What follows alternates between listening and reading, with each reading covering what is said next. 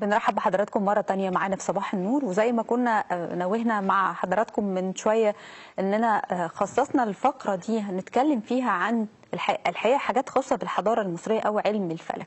الحضارة المصرية أبدا ما كانتش مجرد حضارة أو حياة عابرة، ما كانتش مجرد حضارة نشأت زي كتير من الحضارات اللي بندرسها أو نعرفها أو بنسمع عنها، لكن أول شيء في كل شيء كانت هي الحضارة المصرية. لما تيجي تتكلم عن أي علم تشوف مرجعيته او بدايته كانت ايه، تلاقي ان الحضاره المصريه القديمه بدات العلم ده، وتفضل تفكر ازاي قدماء المصريين قدروا يوصلوا لحاجه بعد الاف السنين الناس ابتدت تتكلم عنها. يعني الناس دي كانت ايه؟ جابت الكلام ده منين؟ عرفت الكلام ده ازاي؟ تعالوا النهارده نتكلم تحديدا عن علم الفلك عند قدماء المصريين. بيسعدنا ويشرفنا جدا دكتور بسام الشماع، المؤرخ والمحاضر في علم المصريات وعضو الجمعيه المصريه للدراسات التاريخيه. صباح الفل يا دكتور. صباح النور عليك. نورنا. صباح الفل يا دكتور، منورنا جدا. بنورك. عايز ابتدي مع حضرتك فكره يعني انا قعدت اقرا كده لقيت فيه خناقه، الناس بتقول ان علم الفلك ابتدى من بلاد فارس اللي هي ايران دلوقتي، والبعض طبعا كتير بيقول لا، المصري القديم هو اول من ابتكر او عرف علم الفلك. لو حضرتك تفك لنا اللغز ده. طيب قبل ما نفك اللغز ده خليني بس احييكم، بما ان احنا هنتكلم بقى عن الحضاره المصريه. خليني احييكم كده واحيي الساده المشاهدين في كل مكان واقول لهم ويب نفر رامبت هيرو نفر سبسان. يعني ايه؟ لو عايزين ترجمه؟ طبعا. اوكي. دي هيروغليفيه لويب يعني افتتاح، افتتاحيه. نفر اي حاجه نفر جميل. اي حاجه فيها نفر في الهيروغليفي يعني جميل. عشان كده نفرت ايتي جميله اتت. ايوه. نفرت ايري مرات رمسيس الثاني احلاهن، احلى واحده فيهم. في نفرتاري. نفرتاري دي اللي هي نفرت ايري، هي مرات رمسيس الثاني، بس احنا خطا بنقول بنسميها نفرتاري. ماشي. لكن هو ما فيش الف خالص، يعني احنا مزودين الف دي، ما عندنا حته كده لذيذ التاتش بتاعنا. لكن هي نفرت ايري، لان ايري هي صيغه المبالغه في الهيروغليفي، فانت نفرت جميله قوي، احلاهن اجملهن. المهم جميله الجميلات ممكن تقولي ان هي احلى واحده يعني احلى واحده فيهم. فانت عندك واب نفر رامبات يعني سنه، فيبقى افتتاحيه سنه جميله. ودي كل سنه وانت طيب بتاعت المصري القديم. الله. دي المصري القديم لما كان بيعيد او لما كان بيكتب الجمله دي على القارورات اللي معاه في المقابر، ده لان هو عايز لما يروح الناحيه الثانيه تبقى سنه حلوه عليه. وتبقى سنه حلوه عليه، وتبقى سنه يبقى الابديه. يبقى كلمه التهنئه عند المصري القديم. وبعدين هيرو نفر يوم جميل، هيرو يعني يوم جميل. سبسن بقى كلمه بحبها قوي، سبسن سهله. سبسن يعني مرتين. المصري القديم زي المصري الحديث، احنا بنحب نبالغ في التحيه قوي وفي الحب قوي وفي الرومانسيه قوي. انا بحبك قوي قوي قوي قوي قوي قوي. انت لما بتروح انجلترا ما تسمعش واحد بيقول لك اي لاف يو فيري فيري فيري فيري فيري ماتش، او الف مليون عزاء لك مثلا، او الف مليون سلامه، صيغه المبالغه. صيغه المبالغه. المصري القديم سبسان مرتين. انا بيقول لزوجته مثلا انت نفرت، انت جميله، سبسان انت جميله جدا جدا، جميله مرتين. فدي بس البدايه علشان نبقى ايه الخناقه بقى. الخناقه بقى اللي هي بتاعت الفلك. علم الفلك من بلاد فارس ولا مصر؟ بص بالادله، وانا جايب لكم النهارده صور بالادله ديت. نحن اول وبدون اي شوفونيه، يعني ان احنا الاوائل في كل حاجه، مش عارف احنا مش الاوائل في كل حاجه، لكن في حاجات مهمه. اول في الطب، احنا الاوائل في طبعا. الورق، احنا الاوائل في الفلك، واللي حسبت لك دلوقتي بادله اثريه. والفكره بتاعت ان المصري القديم كان راصد لكل التحركات الاجرام السماويه وراح موثقها، يعني يرصد ويوثق. فنجد مثلا الصوره الاولانيه لو سياده المخرج يتكرم ويحطها لنا، انا جايب لكم اثر يرجع الى 14,000 عام. انا كنت قعدت سنين الاثر ده اكتب عليه في كتبي واقوله في محاضراتي، كنت بقول عليه 11,000. 14,000 سنه. دي الصوره لو حضرتك تتابع معانا تقول لنا بالظبط كده يا فندم. هذا هو الاثر اللي هيرد على سؤال حضراتكم. ده 14,000 سنه فعلا. تخيل هذه الاحجار، وبالمناسبه الاحجار دي قد تقريبا كده. يعني احنا ما بنتكلمش على معابد الكرنك. تمام. لكن لازم كلنا نتعلم ان في علم الاثار المصريه وفي علم الاثار عامه في العالم سايز ازنت ايفريثينج. الحجم ليس كل شيء. ممكن حته قد شقافه قد كده تحل لك اشكاليه كبيره. دي دايره قطرها 4 متر، متخيل؟ قارنها كده بالهرم ولا حاجه. مفيش. خلاص؟ مفيش مقارنه. طيب انا واخد معلومات من الدايره دي اكتر من الهرم في الفلك. يبقى اذا الحجم مش كل شيء في العلم. تمام. نبص بصه، لو حضراتكم الساده المشاهدين نرجع تاني بعد اذن سياده معلش المخرج. نخلي الصوره تاني شويه من فضلكم. بعد اذن سياده المخرج اشكرك. ايوه كده اشكرك. لو حضراتكم بصيتكم كل اللي بيتفرجوا علينا الناحيه بتاعتك انت، ناحيه الكرسي اللي انت قاعد عليه، هتلاقي فيه طوبتين طوال شويه، دول العلماء سموهم جيت، اي بوابه. لو حضرتك شديت خط من البوابه دي وراها في بوابه ثانيه فوق، وراها ثالثه، وراها رابعه، وراها خمسه، لغايه لما الدايره بتخلص. روح بقى شمال هتلاقي برضه في بوابات كروس كده اهو. طيب لما العلماء ذاكروا دي ما كانوش عارفين هي يعني هم لقوا الرصه دي في دايره فيها خطوط جوه، رصه محطوطه من ايه، ما فيش هيروغليفي، يبقى ما فيش لغه، ما فيش ايه، وفين 100 كيلو غرب ابو سمبل في الجنوب. انت في الصحراء، المكان ده ما كانش ليه اسم، انت هنا قريب من طريق الحيوانات. بس لقوها كده يا دكتور، يعني هي مرصوصه كده، لقوها كده ورصوها كده وظبطوها، طبعا طلعوها بقى وشالوا تراب من عليها ومش عارف ايه. اكتشفوا الاتي، اكتشفوا ان هذه الاله، ايوه يتقال عليها كده علميا آلة، بتوري لك اول بوصله في العالم، لان اللي تحت لغايه فوق اللي انا شرحته دلوقتي ده شمال جنوب، بيسموه بالانجليزي بروبر. يعني ايه؟ يعني احلى من البوصله، لان البوصله كمان بيبقى لها مغناطيسي ومغناطيسي ومجال مغناطيسي، فبتطلع نسبه منها ممكن تبقى ماشيه، لكن ده مظبوطه، ده بروبر مظبوطه. أيوة. ولما جينا بصينا الجنب قلنا بس يبقى في شرق غرب. اكتشفنا لا، اكتشفنا ان الخط اللي حضراتكم شايفينه كاسر ده عامل زي كراس كده اهو مع اللي طالع ده عامل زاويه 70. طيب ايه زاويه 70 دي؟ فالعلماء قالوا ايه، طب نشد الخط بتاع ال 70 ده لغايه فوق كده نشوف هو المصري القديم كان بيفكر في ايه. فاكتشفوا ان هذا الخط بالظبط بالسهم كده، كانك ضارب سهم كده خالص مستقيم، اول مكان الشمس بتشرق فيه في اول يوم في فصل الصيف. يعني تحديد الفصول حضرتك تقصد؟ واحد، تحديد فصل الصيف مبدئيا وهو الاهم في الوقت ده، اللي هو ال 14,000 اللي احنا قلنا عليهم. ليه؟ لان كان اول يوم في فصل المطر. وانت هناك بتتكلمي على واحده من اسخن المناطق في افريقيا. ما تعرفيش تكملي يومين من غير ميه هناك. ايوه. فانا هعتمد على ايه؟ دراستي للمطر. يبقى هنا الفلك كان اول علم، اقول ان اول علم ابتكره المصري القديم ما بين علوم الطب والحكمه والقصه والشعر والمعمار والهندسه، كل الحاجات العظيمه. 14,000 سنه يا فندم، 14,000 سنه، هو كان في حضاره 14,000 سنه؟ تخيل. يعني انا يعني على طول من القصيده بقى بيت على طول بنتكلم في 4000 في 4 يعني كده ما بنزيدش عن كده. 4000 وزي زود عليه سنتين وسبعه حضاره 7,000 6,000.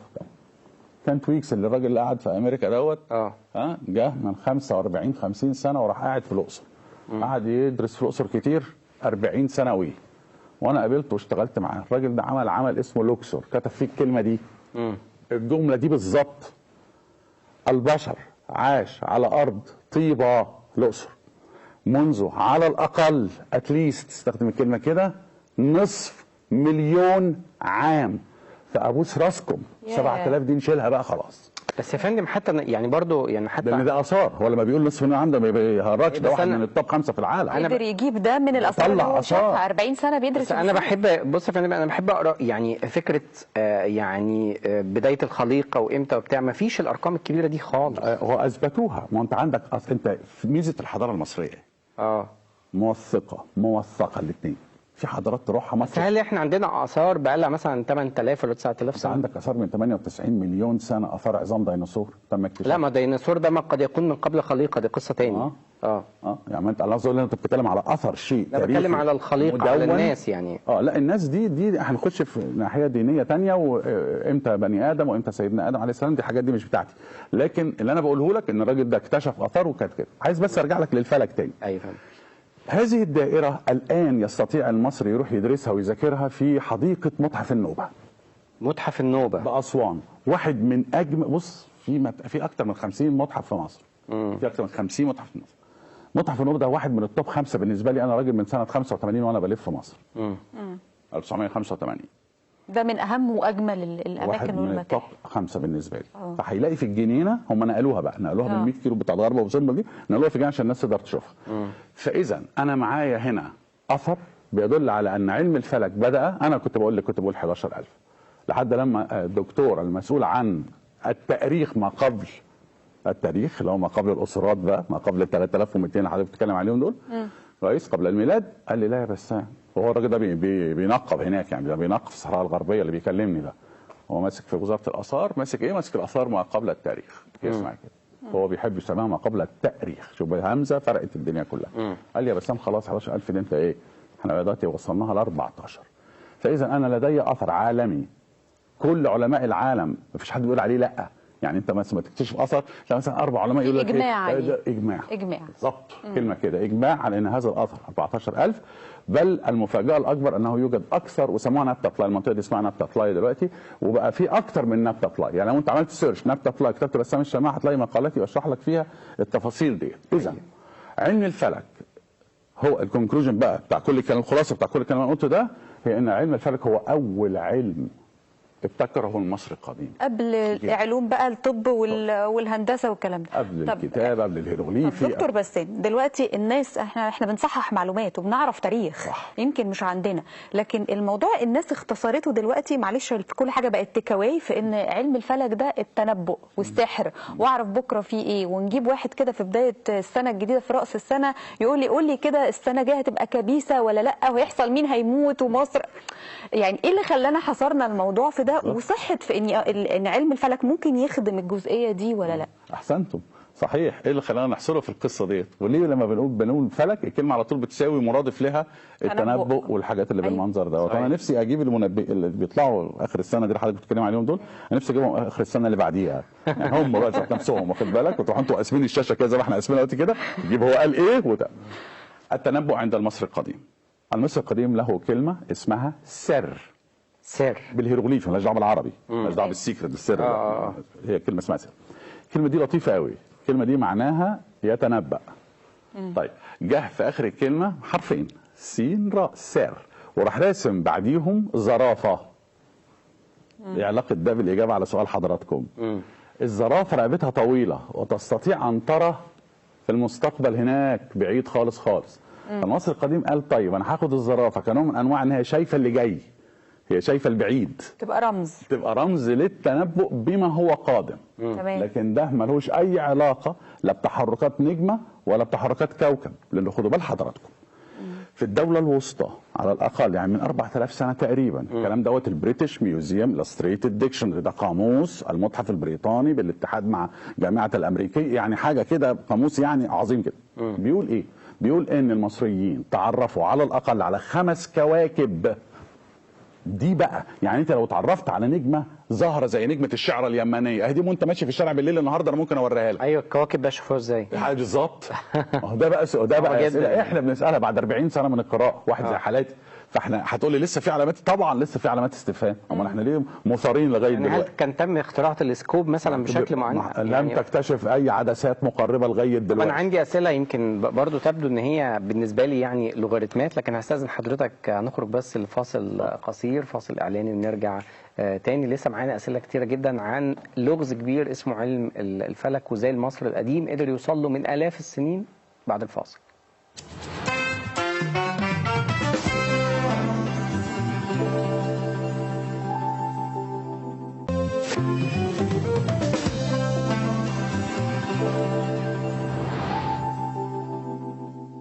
مرحبا بحضراتكم مرة تانية معانا في صباح النور.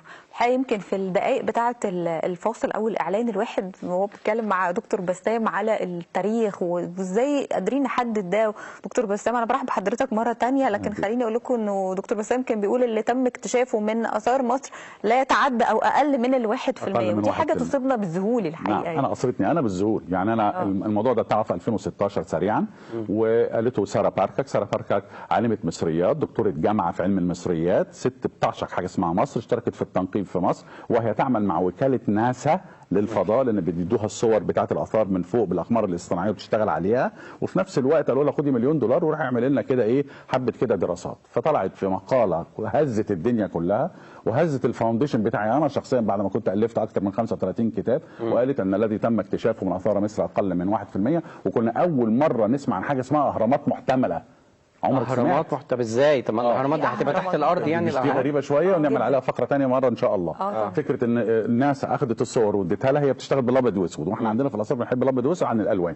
فراحت واخده الاشكال اللي ذات اشكال هرميه اللي هي ما بين الجبل وما بين الهرم. يعني ايه الجبل والهرم؟ الجبل اللي هو الطبيعي ربنا سبحانه وتعالى خلقه لنا، والهرم اللي انت بنيه.